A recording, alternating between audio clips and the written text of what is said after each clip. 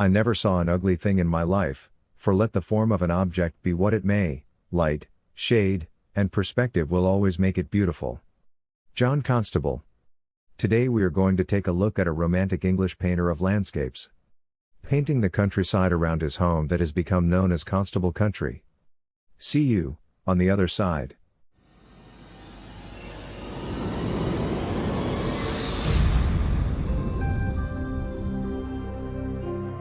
The Sunday Painter. Please click and subscribe, hit the like button, and don't forget the little bell so you will be the first when we have an inspirational idea. John Constable 1776 to 1837, born in Suffolk, he is known principally for revolutionizing the genre of landscape painting with his pictures of Dedham Vale, the area surrounding his home. I search YouTube for the best artist and lessons to improve your work and save you years of struggle. I want to make an all-in-one channel, for you and me, who loves art. Take a look, there is plenty of great art lessons, from oils, acrylics, watercolor to drawing with advice for well-known artists.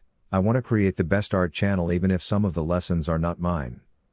Join my channel and find the best that YouTube has to offer. Now on to Constable. Did you know his paintings are now among the most popular and valuable in British art, but sadly, he was never financially successful. He became a member of the establishment after he was elected to the Royal Academy at the age of 52. Now at the start of the video I said a romantic English painter. So what is romantic art? Romanticism, also known as the Romantic Era, was an artistic, literary, musical, and intellectual movement that originated in Europe towards the end of the 18th century.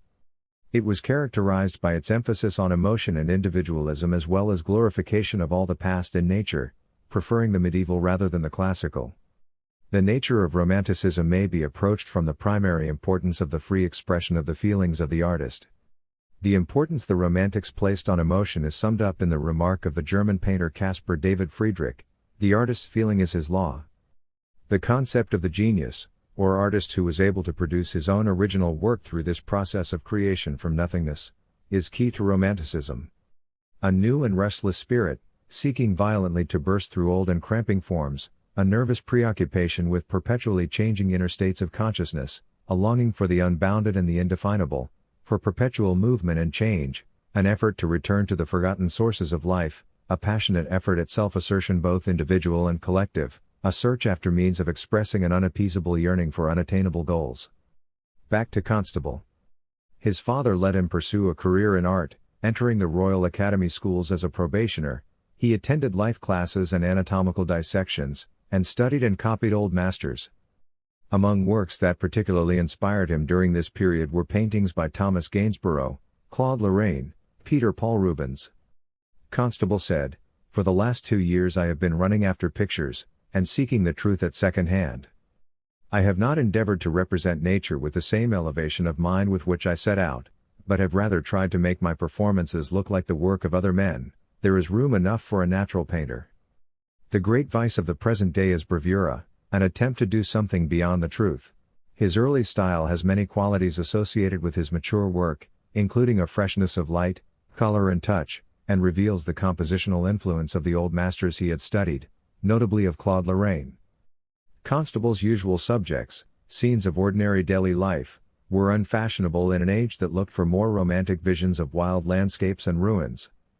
To make ends meet, Constable took up portraiture, which he found dull, though he executed many fine portraits. He also painted occasional religious pictures. Although he managed to scrape an income from painting, it was not until 1819 that Constable sold his first important canvas, The White Horse. This marked an important turning point in Constable's career. Its success saw him elected an associate of the Royal Academy.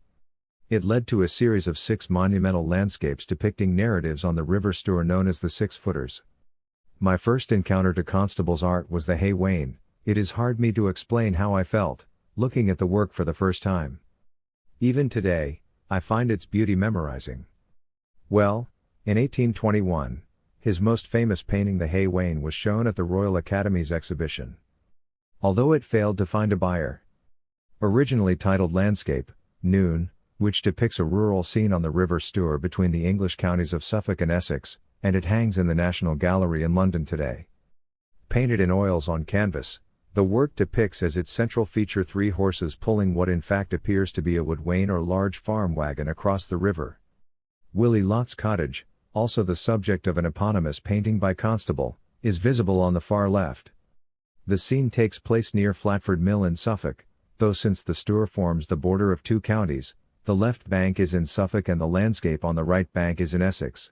Of Constable's color, Delacroix wrote in his journal, "What he says here about the green of his meadows can be applied to every tone." Constable's pleasure at his own success was dampened after his wife started displaying symptoms of tuberculosis.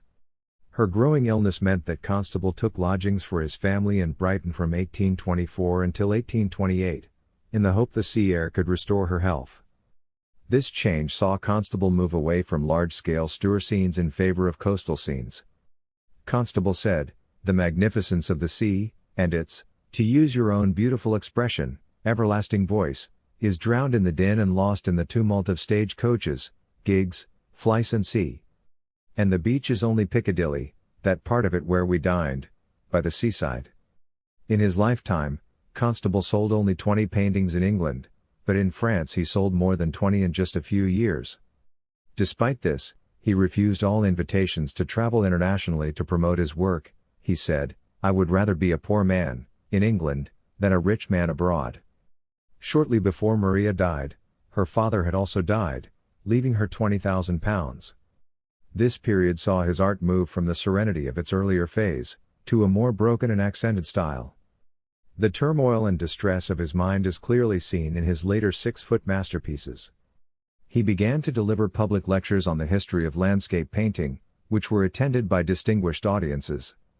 In a series of lectures at the Royal Institution, Constable proposed a threefold thesis: firstly, landscape painting is scientific as well as poetic; secondly, the imagination cannot alone produce art to bear comparison with reality; and thirdly, no great painter was ever self-taught. Constable quietly rebelled against the artistic culture that taught artists to use their imagination to compose their pictures rather than nature itself. He told Leslie, "When I sit down to make a sketch from nature, the first thing I try to do is to forget that I have ever seen a picture." "The world is wide," he wrote, "no 2 days are alike, nor even 2 hours, neither were there ever 2 leaves of a tree alike since the creation of all the world, and the genuine productions of art, like those of nature, are all distinct from each other." He could never have imagined how influential his honest techniques would turn out to be. Constable's art inspired not only contemporaries, but the Barbizon school, and the French Impressionists of the late 19th century. He died on the night of March 31, 1837, apparently from heart failure, and was buried with Maria in the graveyard of St. John at Hampstead Church in Hampstead in London. As always, there is much more to Constable, and hope this inspires you to take a close look at his life and art. Subscribe to the channel for more art lessons and find the link in the description to my art and recommended art supplies. Thanks for watching.